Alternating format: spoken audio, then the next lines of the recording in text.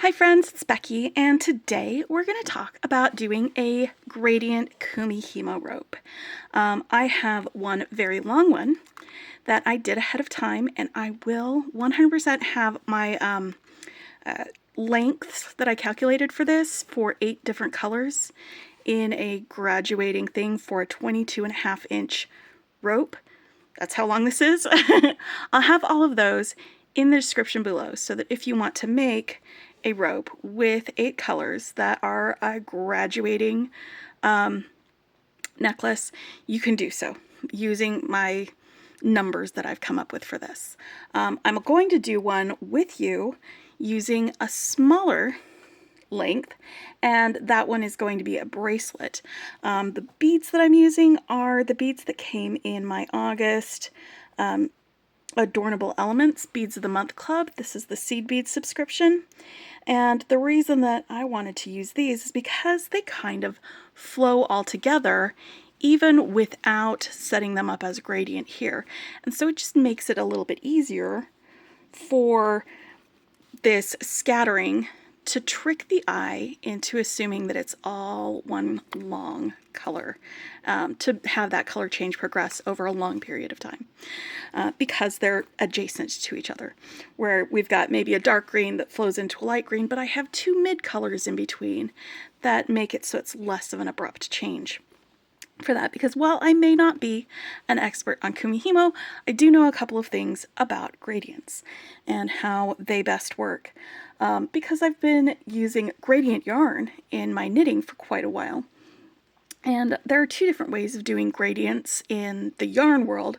One is to progressively dye the yarn from one color to the next, but make it be like the next shade in the color mixing, like a 100% one color, and then 100 or 90% 80, or sorry, 90% 10, and then 80 to 20, and all that until you get to 100% of the other color, and just to progressively dye that along the skein.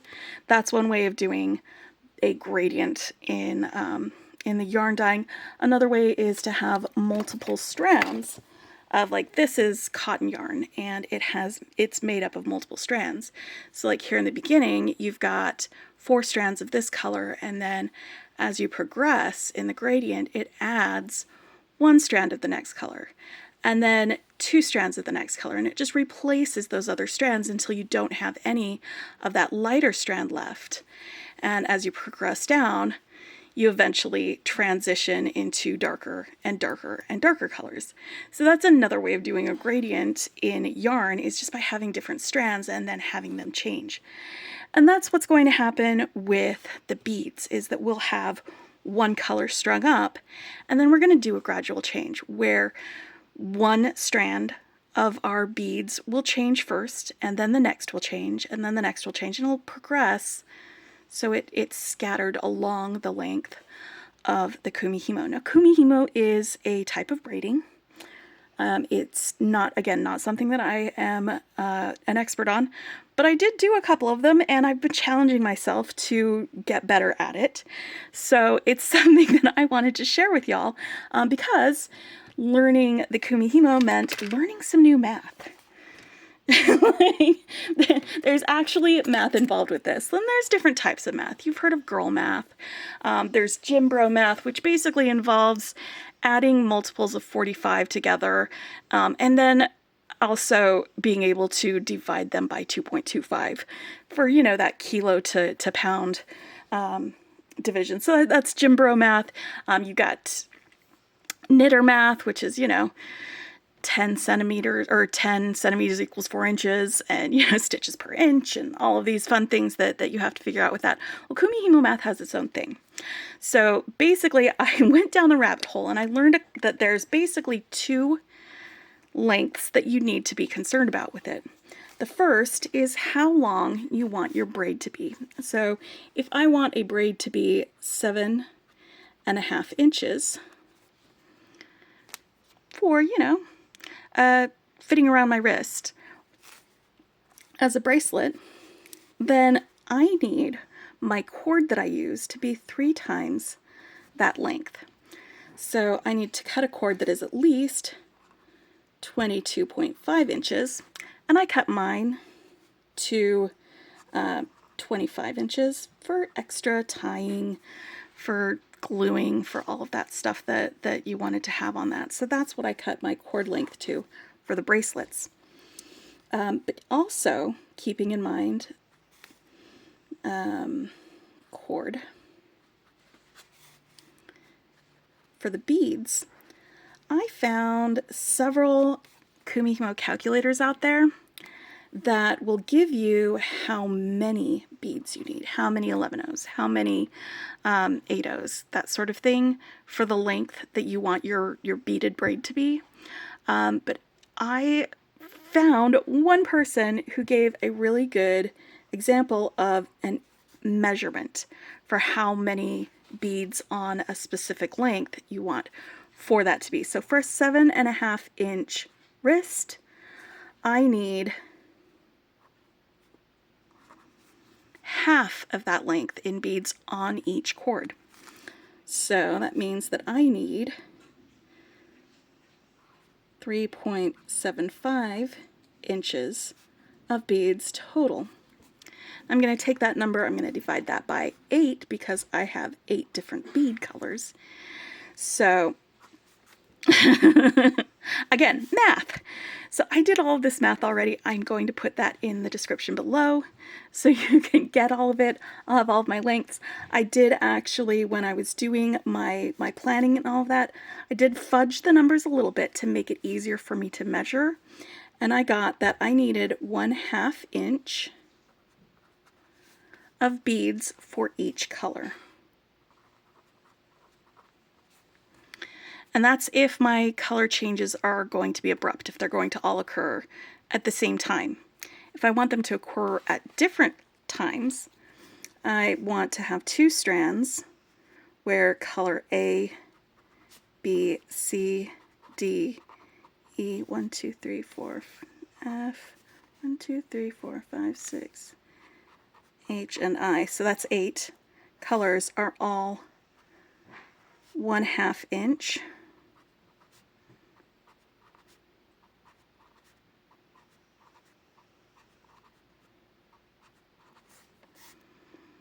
Which for my 11-ohs is about 9 beads. So 9 beads. I measured it because you've got to measure it.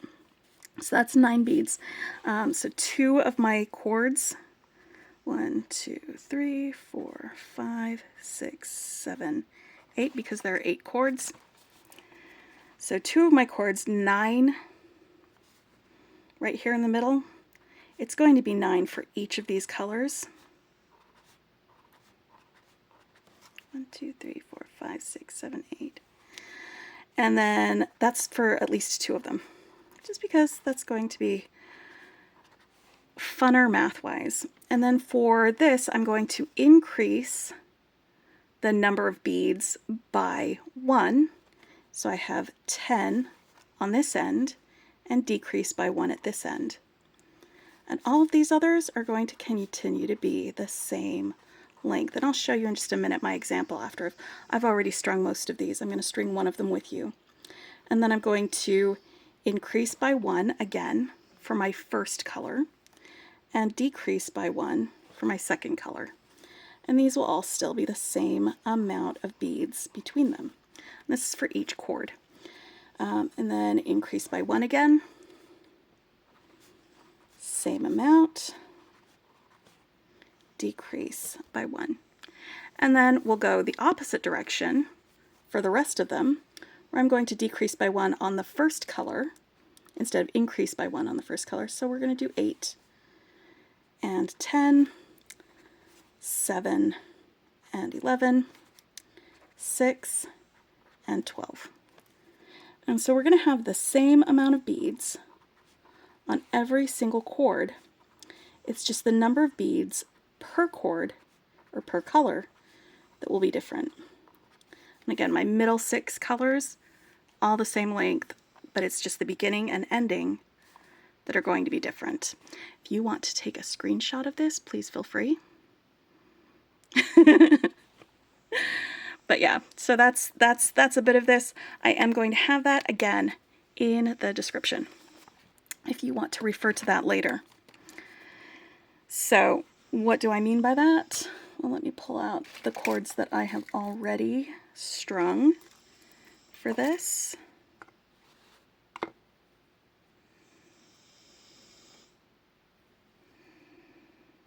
Bloop, bloop, bloop. I've got them all separated. I've already strung them like this. So some of these we have a longer amount of the first color and a shorter amount of the second color.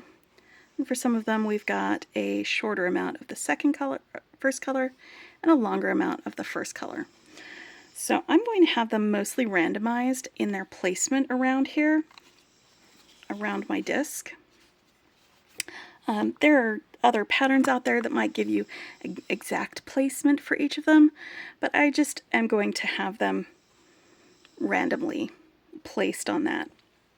So let me get this set aside real quick, and we'll talk a little bit about the disc and some of the materials that you might use to do kumihimo. Because I honestly don't think I could do it without a disc. The disc is your guide. It tells you how to move it, where your things are. It holds your cords so they don't get tangled. And then you've got bobbins that you can, because it's pretty long cords. Even for bracelet length, the cords will tangle underneath the disc if they're not wound on a bobbin.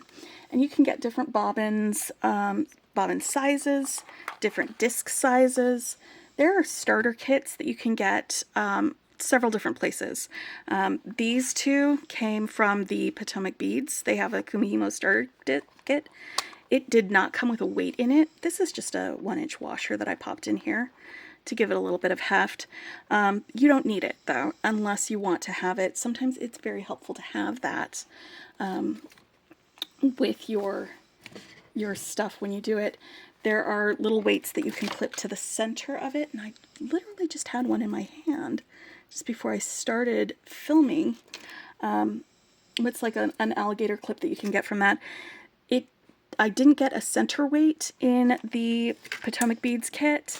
I did get one in the kumihimo starter kit that I got from Design and Adorn, which I think is a beadsmith kumihimo kit, or it might have been C-lon, probably beadsmith. But you can get some of these. This is a weighted one. It actually came with this little weight in it. But you can pop these out if you don't want them. And these are different sizes. I'm probably for this project going to be using the smaller bobbin. You wrap each cord around it, and that way it doesn't get tangled. But I'm probably going to use the smaller one because it is a shorter length. But these bigger ones would be great for like cord.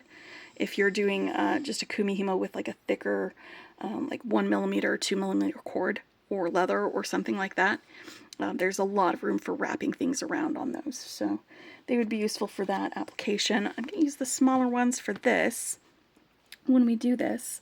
And then for the weight in the middle, if you don't have a little weight clip, you can just stick a couple bead stoppers on there. It has a little bit of heft. It's not as heavy as one of the weight clips. Like if you get a weight clip and it's just too heavy and it's dragging things down, just swap it out for a couple of these and you'll be fine, because it's got a teeny amount of heft. You don't need a ton of heft for that.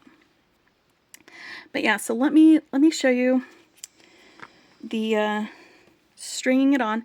Now the cord that I'm using, this was cord that again came in the Potomac Beads kit. It is microcord, like C-lon microcord.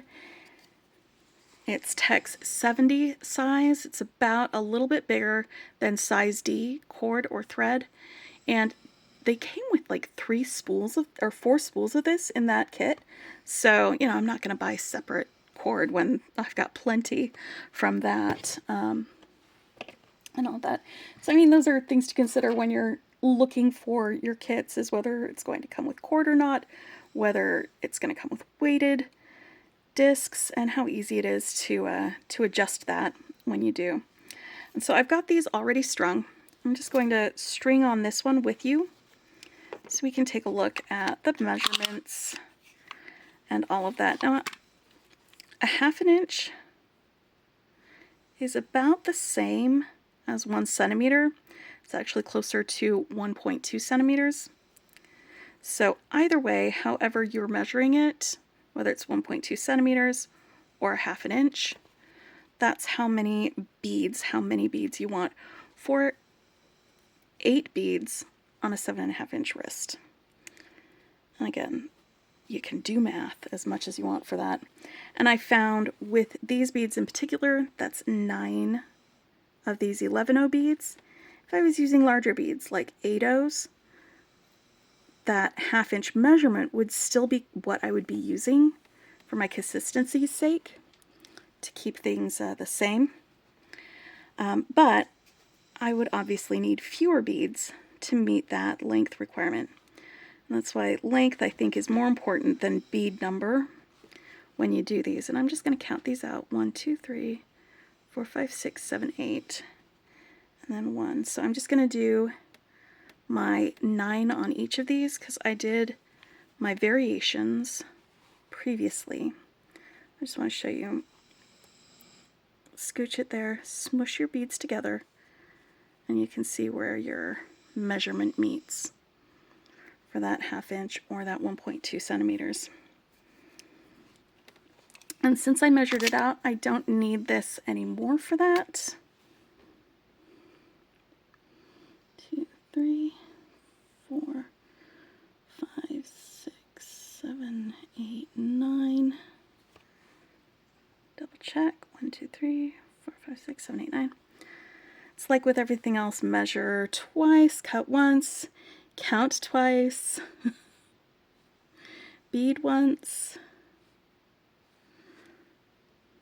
1, 2, 3, 4, 5, 6, 7, 8, 9. One more. And then 1, 2, 3, 4, 5, 6, 7, 8, 9,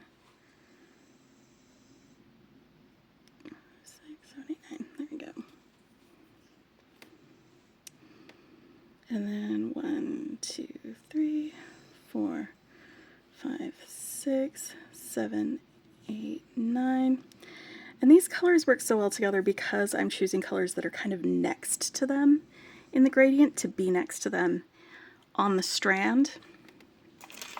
Again, to trick the eye into glossing over that color transition, to treat it like that.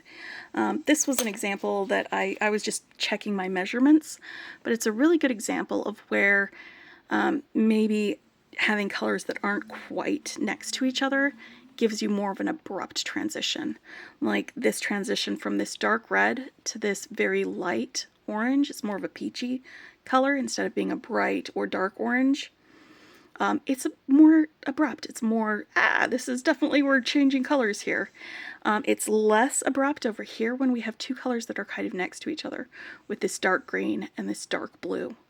And so the eye just kind of glosses over that transition where we're going from blue to green without all of that nonsense going on with it.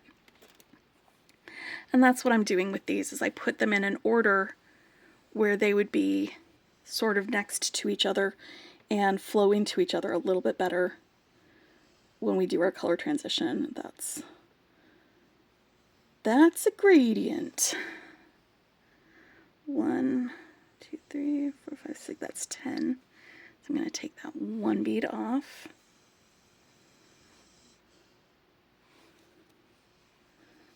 One, 2, 3, 4, 5, 6, 7, 8, 9. 1, 2, 3, 4, 5, 6, 7, 8, 9. All right, and my last one. 1, 2, 3, 4, 5, 6, 7, 8, 9. All right, so let me line up my cords on here in order so you can get a better visual of what I mean by decreasing the first color and increasing the second one. Let me untie my very loose knot that I tied on here to keep them from getting tangled.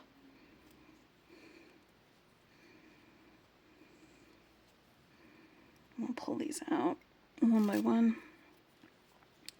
Looks like this one was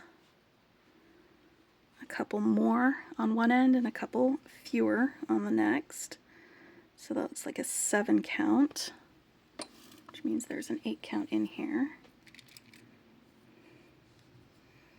Right, and that's going to be 6.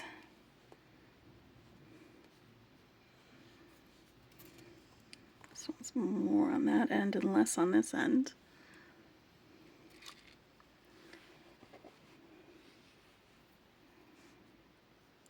Because once you get these strung on and you get started on your kumihimo, like that's most of the work done. You can just kind of relax and start moving your beads along as you go. There we go, let's go there.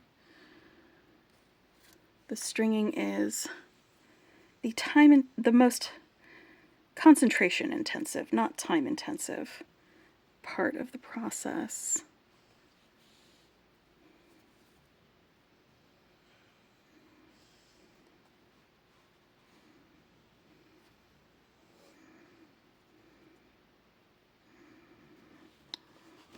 Once it's strung, then you can start getting it put on your disc.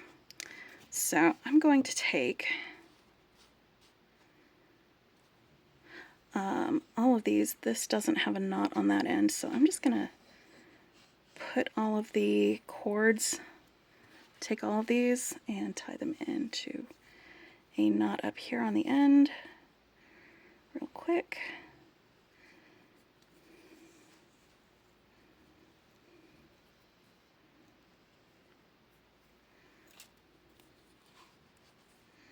And this is the thing that I'm going to be attaching my weight to in the center.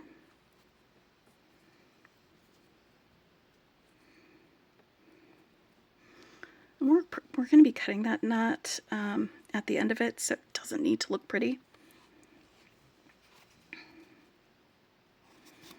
We'll put this through, and again, I just had my weight right here on my desk. And then I think I needed to let the dogs out, and I set it down somewhere, which is why it's not on my desk anymore. But that's okay, because I told you you've got an alternative that you can use for that weight. That's just putting a couple of bead stoppers on the cord.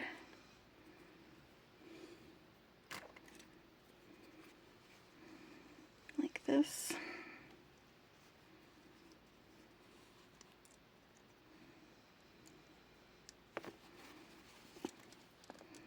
And that gives you some weight. And I mentioned that I wanted to just kind of randomize which strings are which on here, so I'm not even looking at my cords, but I'm going to want one of these coming over here on the end, one next to it, also on the end.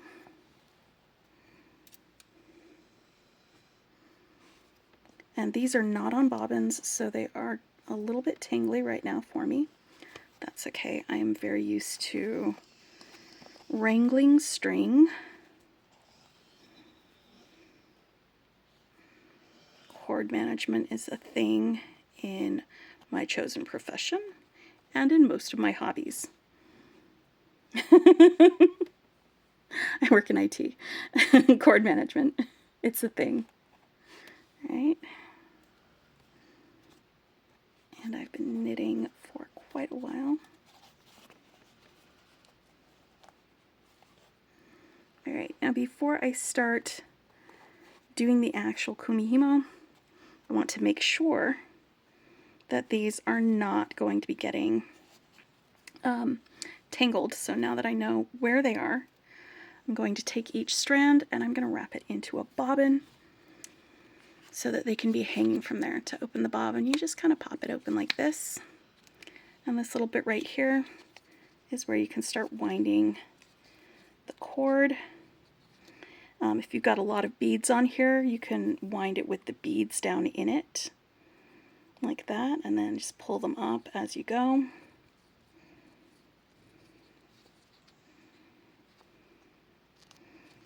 And then once you've got it wound on where you want it, put that down, and you can let that go like that. So I'm going to wind all of these, and when I come back, we're going to shift my camera so it's over my lap, so you can see this better, because I am going to have a lot of difficulty holding it in front of the camera and also avoiding my bead mat and my table underneath, because things are going to be dangly. But if I can hold it over my lap, then you can see what I'm doing a lot easier. So when I come back, these will all be wound, and we'll shift our camera. Alright, so I have all of my strands of beads wound on their bobbins. And like I said, I didn't put them in any particular order. You could do like descending order all the way around if you wanted to, but I don't think you really need to do that. I just wanted to have more of a scattered effect with the gradient. So I haven't started any of my kumihimo braiding. We're still surrounding our letters or our starting points, you know, our noon and our other ones down here. And so I'm going to start with just the braid. I'm not going to do any of the beads. And I'm going to start up here with the upper right and move my cord to the lower left, just right to, or sorry, to the right of the other two cords that are down there. And then I'm going to take my lower left and move that up to the upper left, just right next to that cord. So we just shifted over from this N to this other one, and from this S to this other one right next to it. And then I'm going to rotate my disc. And I'm going to do the same thing on this side, where I take my upper right cord and move it down to the right of the lower cords. Then I'm going to take my lower left cord and move it to the left of the existing cord. And I'm going to turn it, and I'm going to do that again. And I'm going to do this for a bit until I get enough braided cord that doesn't have beads on it that I can sew through it afterwards. And it will stay put and not unwind and all of that. So about, yeah, maybe 1/4 of an inch of braid with just the cord, without any of the beads. And this is really great, especially if you're beginning, for you to get familiar with the rhythm of how the kumihimo goes before you start adding beads into it. It's a great way to start it. It's a great way to finish it.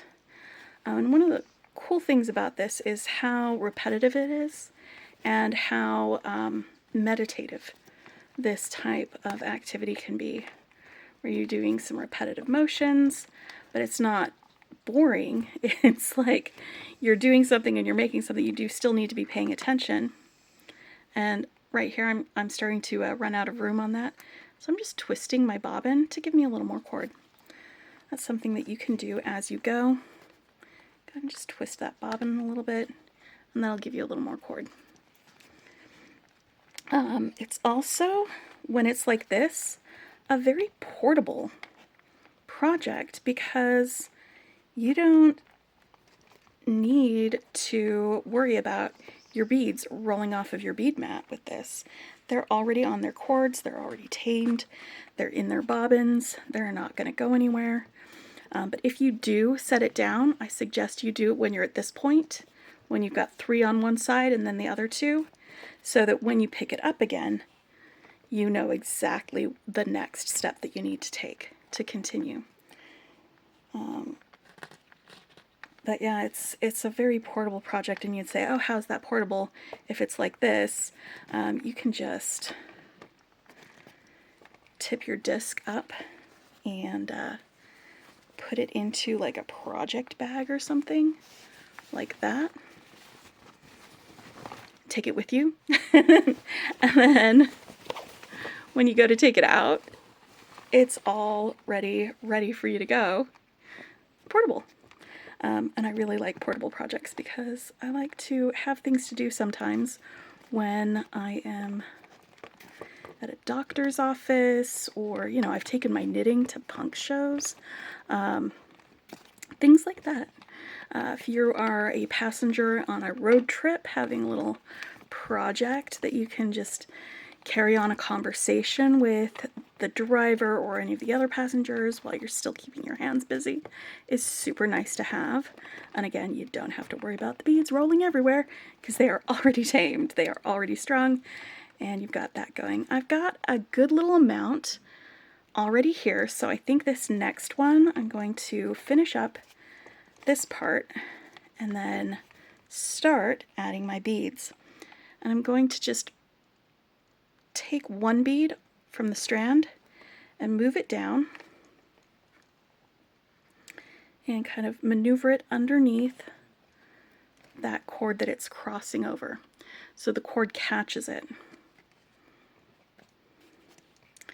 And then on my next one, the one where I'm going from the lower left up, I'm going to do the same thing. I'm going to make sure that that cord catches my bead. Oop. This is being a little bit of a, there we go, when I move it over there. And you can sort of tighten some of these if you want to, like that, to kind of solidify that if you want to. Again, this is why weighted bobbins come in really handy, because it will tighten the cords for you as you're going, and you don't have to do it yourself as much. So once more, picking just a single bead, letting that drop. Oop. Hold on, friend. There we go. And then continuing on the braid.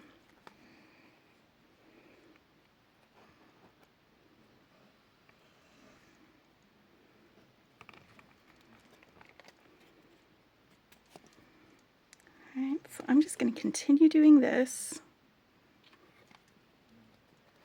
See, this one goes a little bit slower because you're being careful with the bead than the other one, but once you get established, you can get a rhythm and you can just keep going. You don't have to worry about which bead comes next, where you are in the pattern, because you already spent the time putting the beads onto the strand the way you wanted them. And you can just keep going and do this kumihimo. This is a great project to do like while you're watching something, or while you're listening to an audiobook, one of your keep busy sort of projects. In fact, I am currently in the middle of a Supernatural rewatch. So I am probably going to go and watch some pretty boys fight demons and do my kumihimo.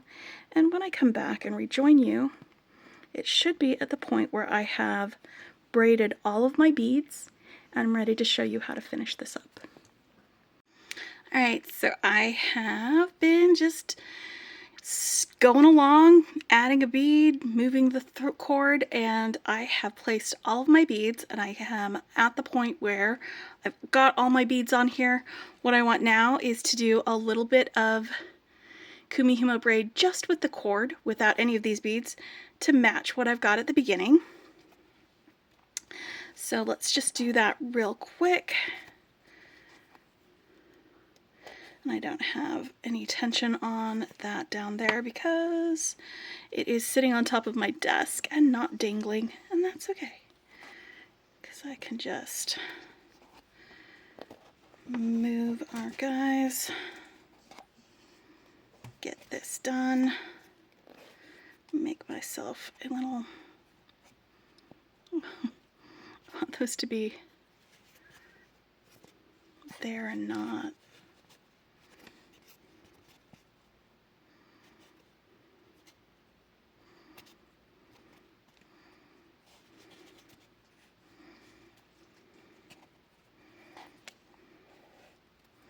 I'm holding it with my fingers under here, just to keep it from moving around too much. I want the braid to come up above where the these beads are. So I think holding it is going to be a good way to do that.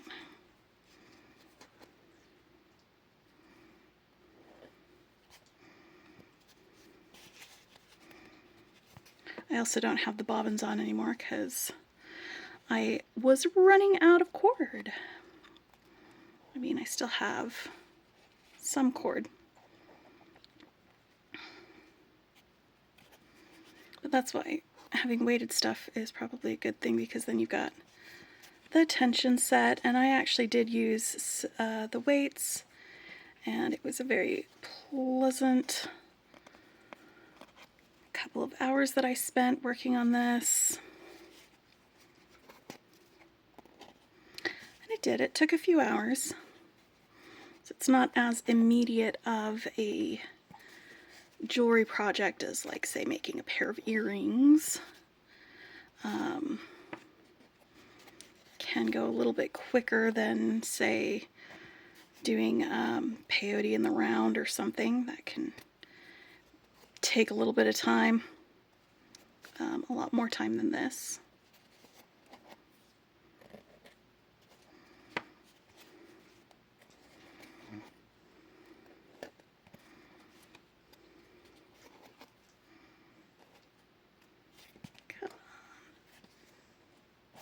Just trying to keep that tension even.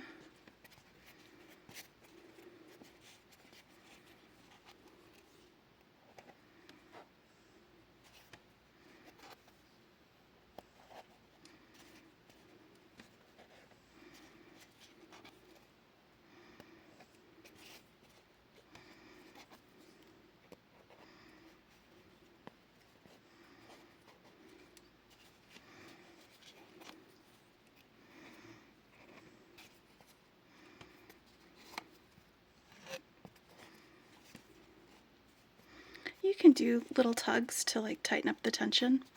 It's not a big yank on the thing, it's just a really small movement when I'm pulling on the cord back here, just to tighten it up a little bit on the tension. Like that.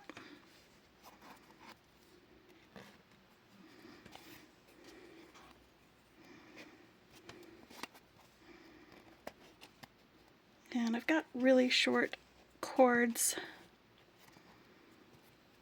and I think I've got enough done here, but I just want to show you this is why you want, because even the short cords are getting a little bit tangled. So let me take my weights off. I did find my clip weight. It was next to the door where I let the dogs out, but I went ahead and just used these anyway to do this with. So now that that is as far as I want it to be, I'm gonna just pull my strands out, pull this through, and I'm done with this disc. Just gonna do a little knot to help the braid stay where it's at until I reinforce it. You could cut off on the other side of the knot if you wanted to, if you've got enough room in your glue-in bead cap, but you don't have to do that. I've just got some regular beading thread on a beading needle right here, and I'm just going to go in through this kumihimo cord right here and just reinforce it with this thread. I'm going to leave myself a little tail for tying. And I just went halfway through it, and then I'm going to go halfway through in a perpendicular direction.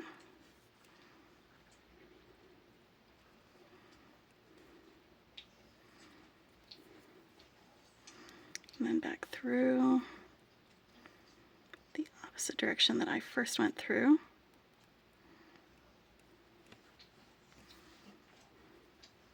And back through again.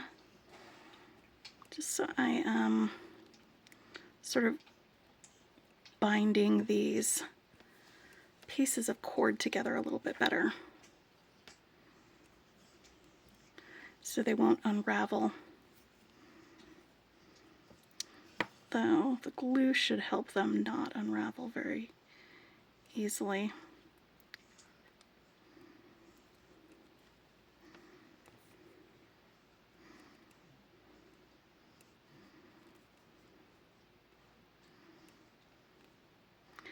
Also, I am about to do a thing that will also help them to not unravel after I get this last one through. And I'm going to do this to both ends.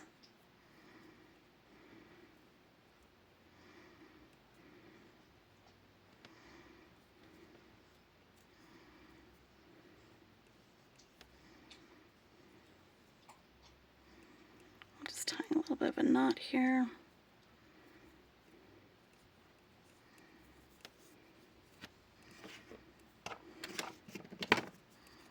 And then cutting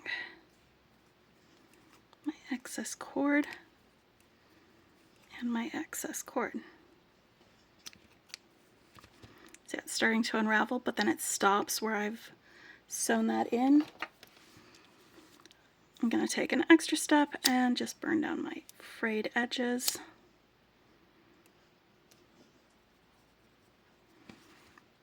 Like that. And now it's ready to be glued into an end cap. I will do this other end after this video. I just wanted to be able to show this to you in order to do it. But yeah, you can see I've got like the gradual from one to the other. Because it was shorter length than this one, my graduation had to occur over shorter space. So it is a little more abrupt than this one is. I do really like the gradient that I got with this one, but it is also a gradient on this bracelet. So I am pretty happy with the way that this looks. It was a really great challenge for myself to come up with that. It was a lot of fun to figure out with the with those. So I'm going to be gluing this bead cap onto this end, and then after I've let it cure, then I can attach a clasp to it like I did with this necklace. So let's get some glue. You can use E6000, you can use Loctite. I'm going to use this E6000 Plus because it doesn't have an odor, and it means I don't have to crack a window to use it.